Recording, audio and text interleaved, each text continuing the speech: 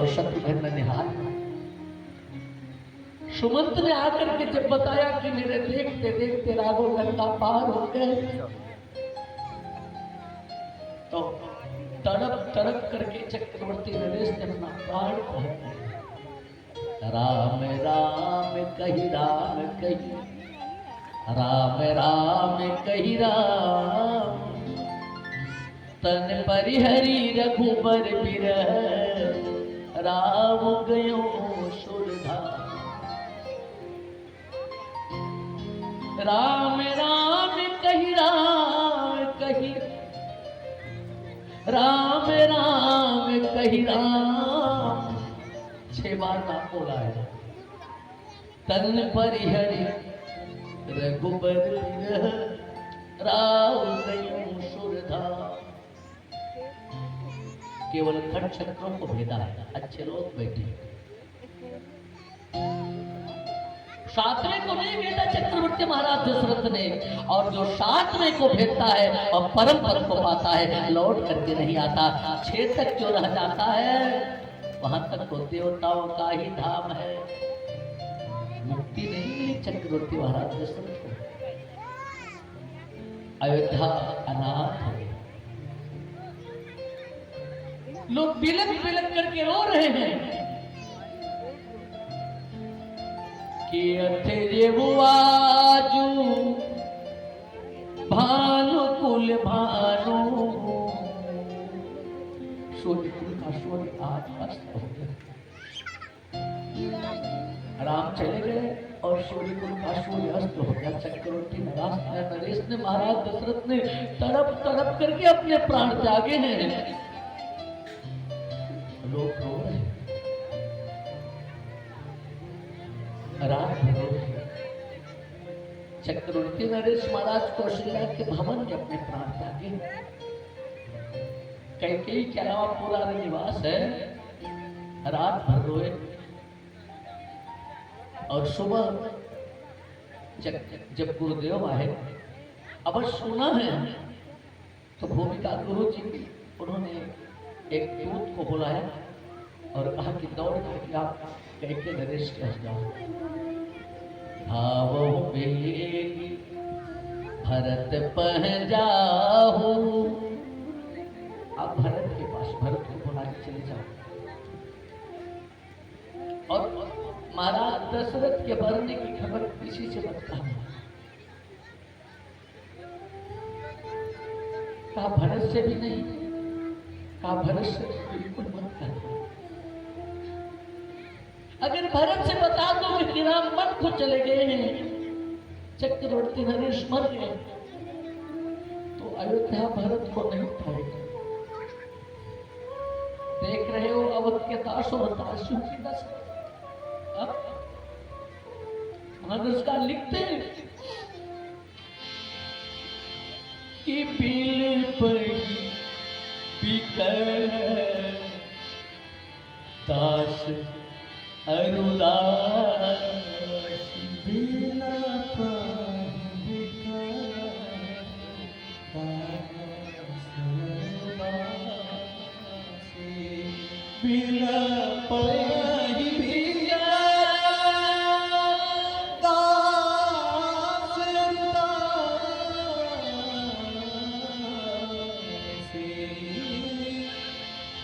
घर घर रुदन करही पूर्वा, घर रुदन करही पूर्वा।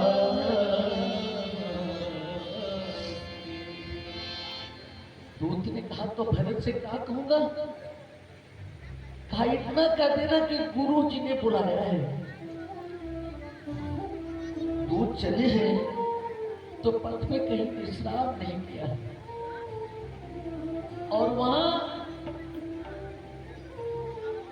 ननिहाल में संत भरत को अपशकुन होने लगे। मानस का लिखते हैं कि अयोध्या में जब से ये अपशकुन, ये अनर्थ होना शुरू हुआ ना, भरत को इसका पता चल गया। अलरथ अवध भेव जब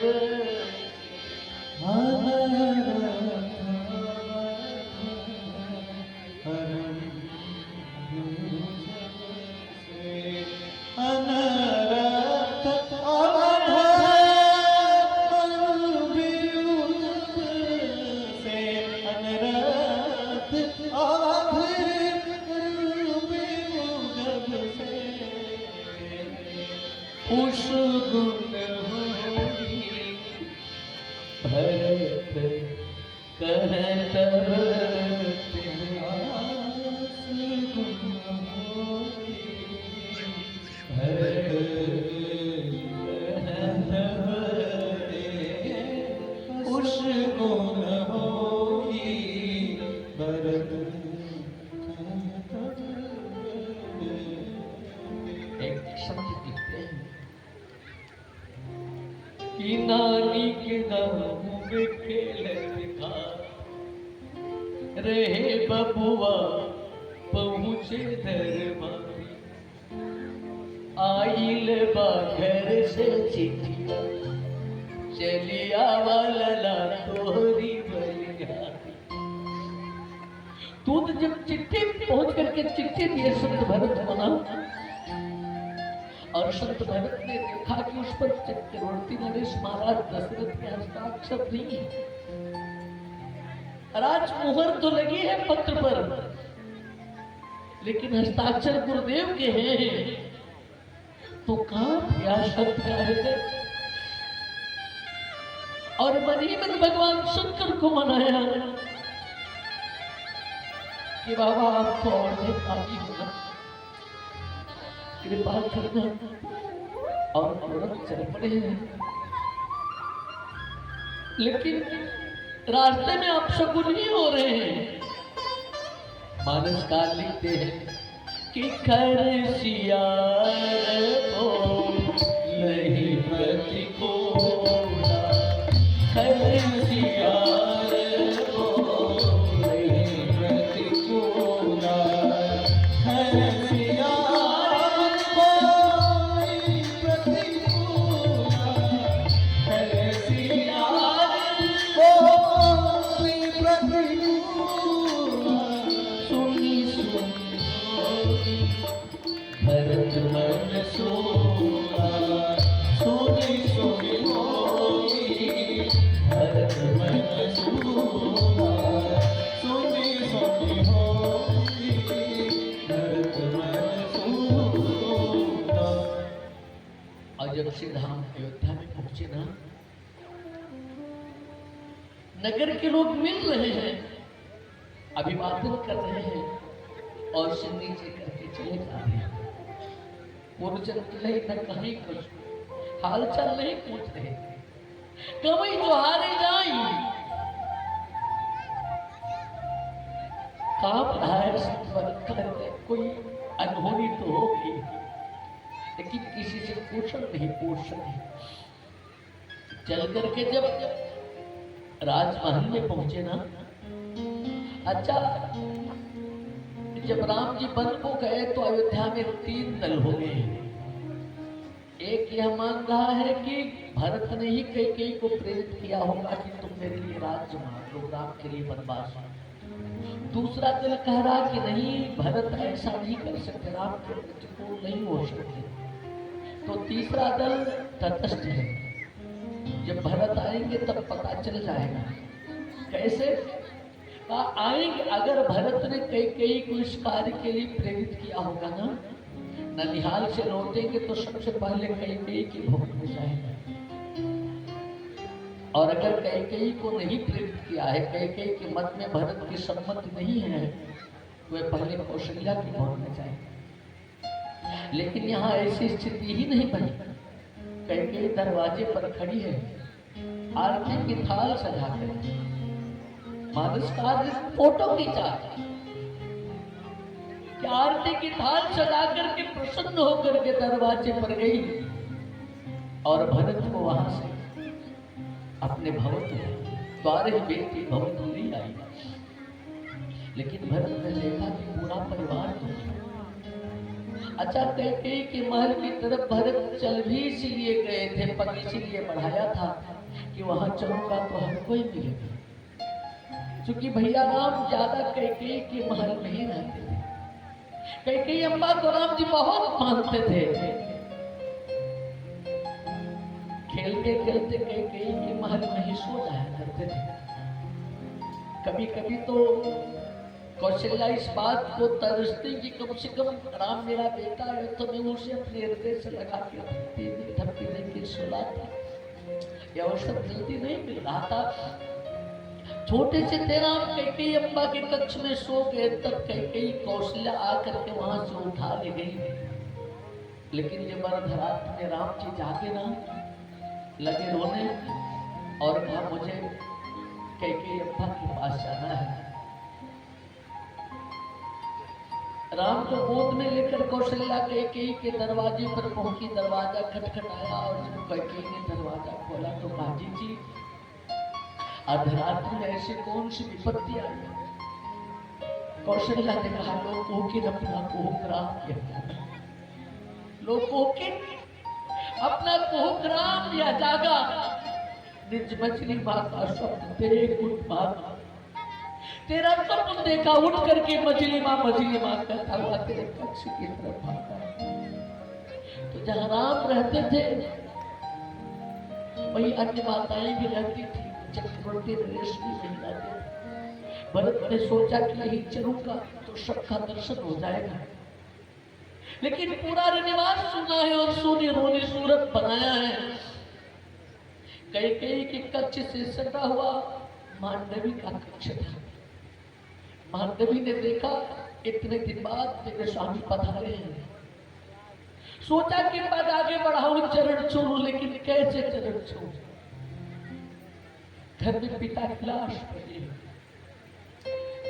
बड़े भैया लखनलाल और जीजी जानकी बन को चले गए। अगर अयोध्या में कोई सजाए श्रृंगार किया है तो केवल महारानी कैकेयी।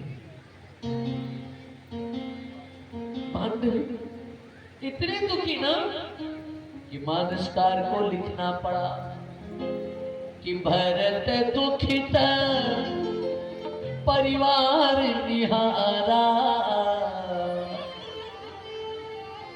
मानव तुहिन बनज बल मारा। परिवार से गोस्वामी बाबा का संकेत मांडवी की तरफ, जैसे पाले ने कमल के समूह को नष्ट कर दिया हो, मांडवी का कमल जैसा मुख ऐसा उभला हुआ है। कि कहूँ कहता कहाँ सब माता, कहूँ कहता कहाँ सब माता, कहूँ कहता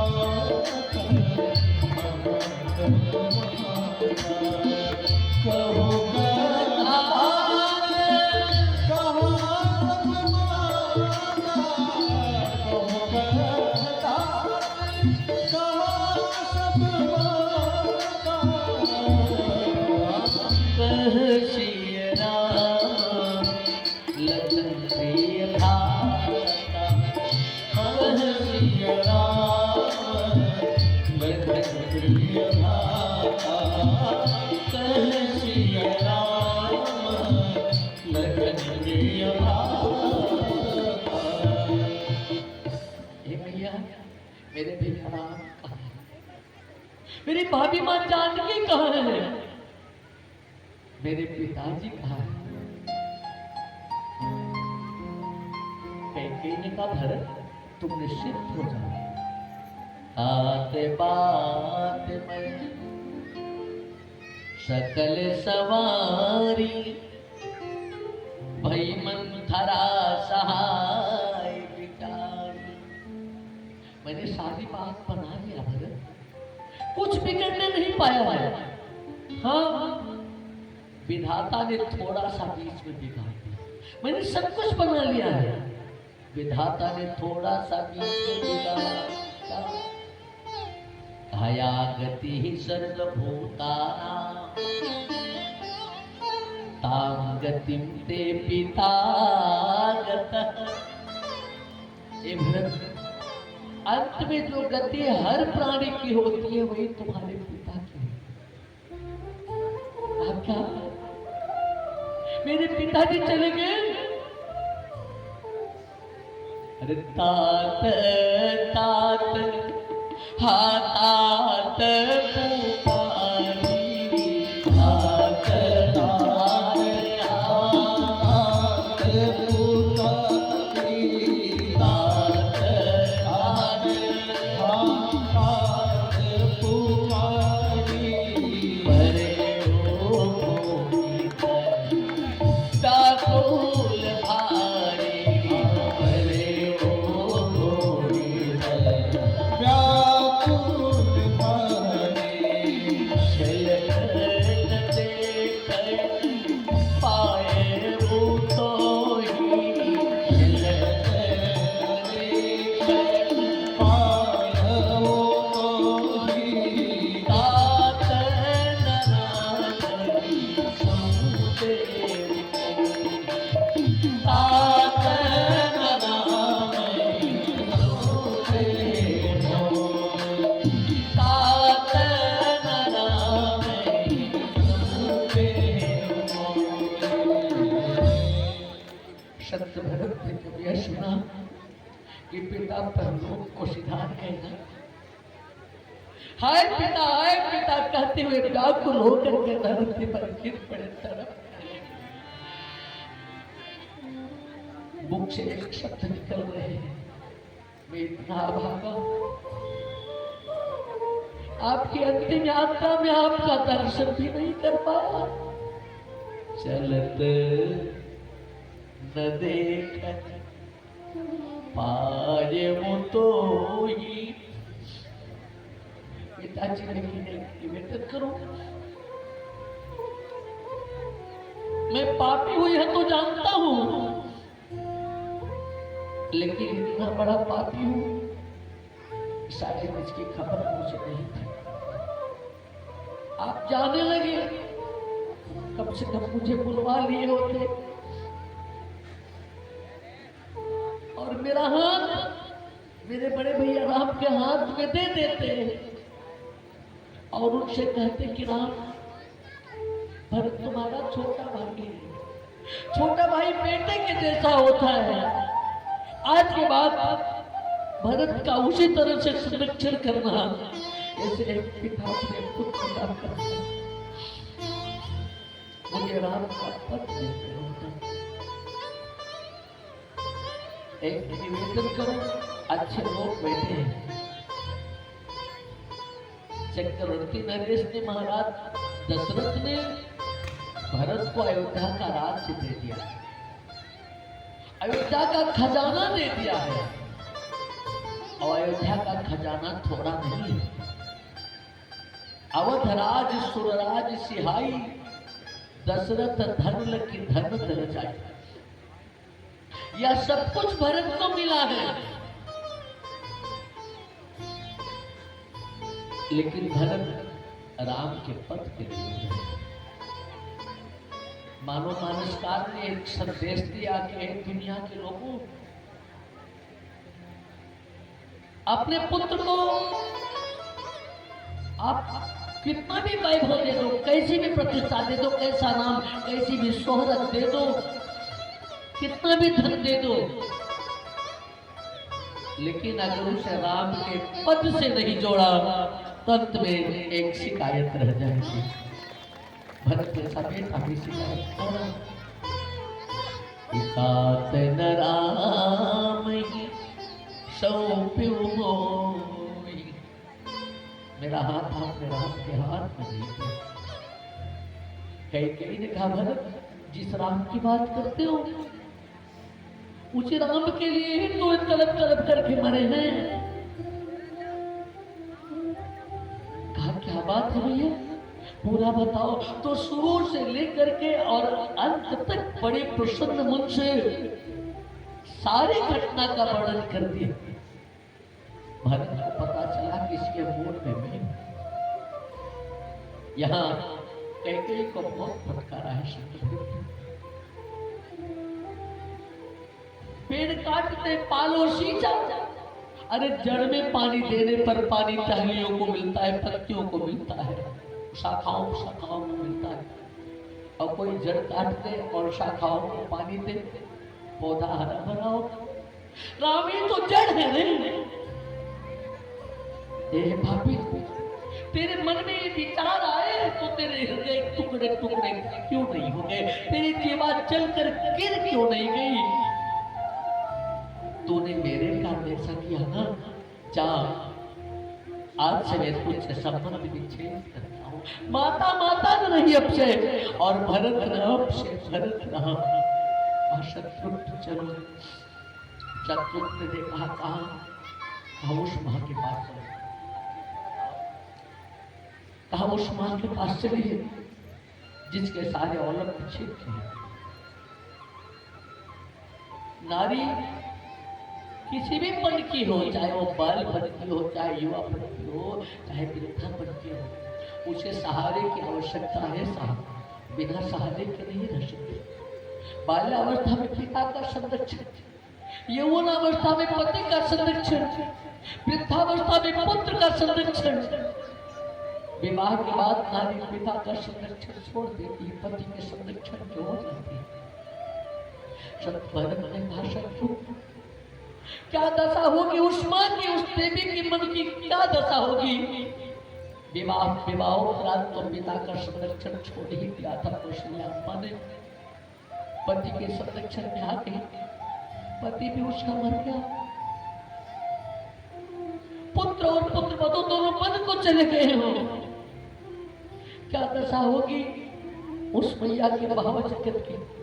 चलो उसी के पास चलते हैं। और जब कौशल्या के भवन में पहुंचे ना,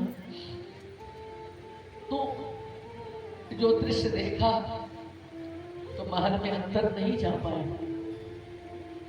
आज कौशल्या राम जी के बचपन की पनहिया और उनके बचपन का वो धनुष और बाण देख रही है। बचपन में राम जी जिस धनुष और बाण से खेला करते थे, वही धनुष और बाण देख रही है। राम जी के बचपन की पनैया उन छोटी छोटी, जब प्रभु के छोटे पांव थे तो बचपन की जो पनैया थी वही देख रही है। और देखते देखते पाप किसी हो गई, भूल गई कि राम बन को गया है। उन्हें लगा कि मेरा राम सो रहा है, तो राम के कक्ष के पास, शयन कक्ष के पास दरवाजे पर जाकर के खड़ी होकर के जगा दी, राम जागो ना, जागो ना।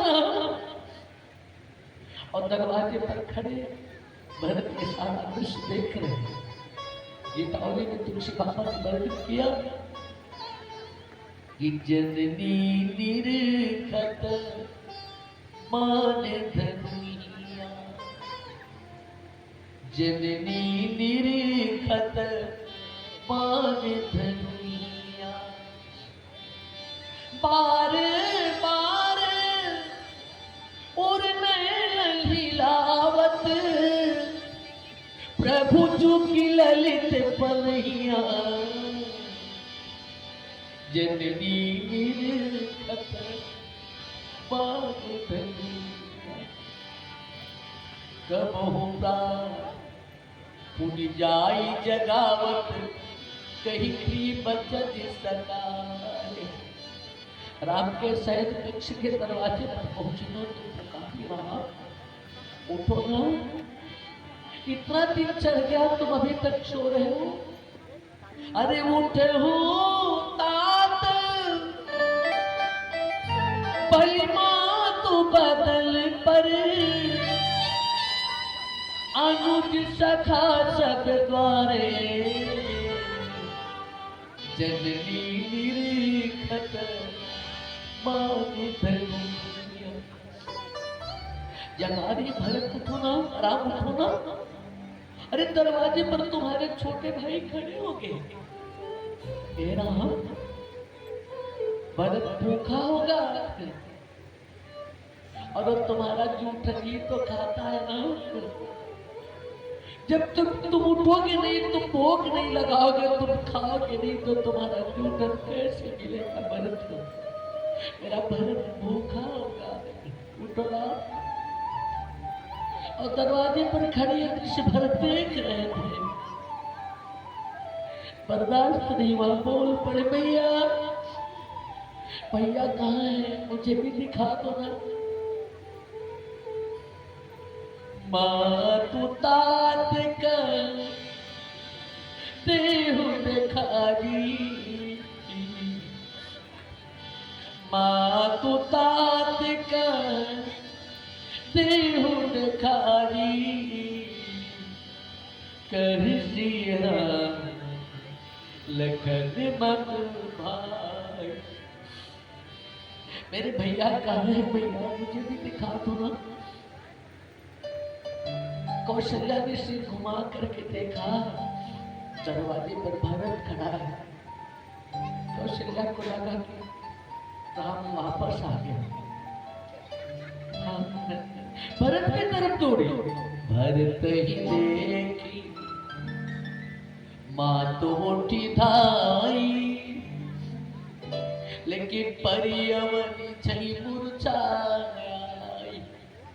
भरत के पास तक नहीं पहुंच पाई, बीच में ही मूर्छित होकर के गिर पड़ी। जब से राघव बन को सिधारे है ना, मैया ने मुंह में जल का एक बूंद भी नहीं डाला है, पानी नहीं पिया है, मूर्छित होकर के गिरी। भरत ने दौड़ करके पकड़ लिया और अपना सिर, मैया का सिर अपने गोद में रख करके लगे रोने। भरत की आंखों से झरझर आंसू गिर रहे हैं। भरत के आंसुओं से मैया का मुखमंडल जब डोला ना, होश आया। कौशल्या देखा भरत रो रहा है, धीरे से अपने दोनों हाथों से भरत का आंसू पोंछा। भरत तू आ गया, अब अयोध्या बच जाएगी लाला, अब तू आ गया तो सब ठीक हो जाएगा। लेकिन तू ऐसे रोएगा तो कैसे बात बनेगी रे? थोड़ा धैर्य तो धरना। ए भरत, अब अंधेरा मिट गया। भरत ने कहा कैसे अंधेरा मिट गया भैया? सूर्य कुल का सूर्य तो अस्त हो गया है। अथे वाजु भानु कुल भानु, सूर्य कुल का जो बाल पतंग था बलराम के रूप में चले गए।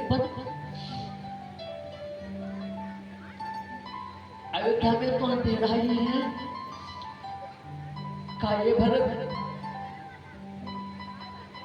मैं तुम्हारी बात नहीं मानूंगी, मैं अपने पति की बात मानूंगी। एक बार मेरे पतिदेव ने मुझसे कहा था कि कौशल्या, अगर कभी ये दोपहर का सूर्य अस्त हो जाए, सूर्य कुल का सूर्य अगर दशरथ के रूप में कभी अस्त होगा, सूर्य कुल का सूर्य बाल पतंग राम के रूप में अगर कभी कहीं चला जाए तो काम कैसे चलाओगे? अगर सूरज न हो तो प्रकाश कैसे होगा? कहा दीपक से।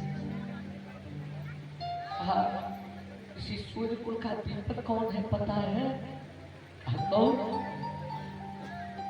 जाने वो सदा भरत कुल दीपा, सदा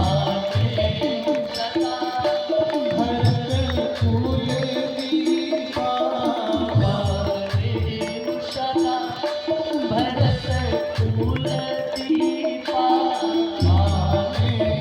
सदा भरत कुल दीपा। मोही कहे वो मही बा,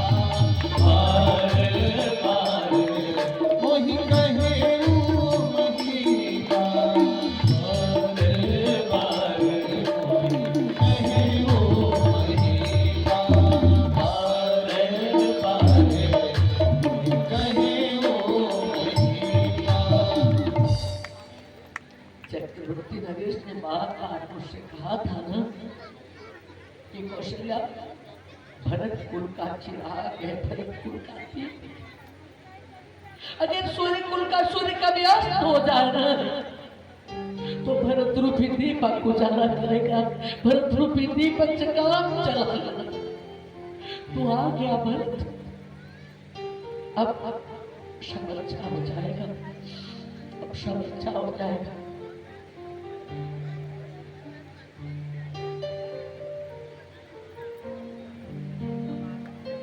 कौशल्या के कक्ष में सभी दास और दासी सब लोग आ गए। लोग अभी रोके, मना करिए। कौशल्या के कक्ष में सभी दास और दासी सब लोग आ गए।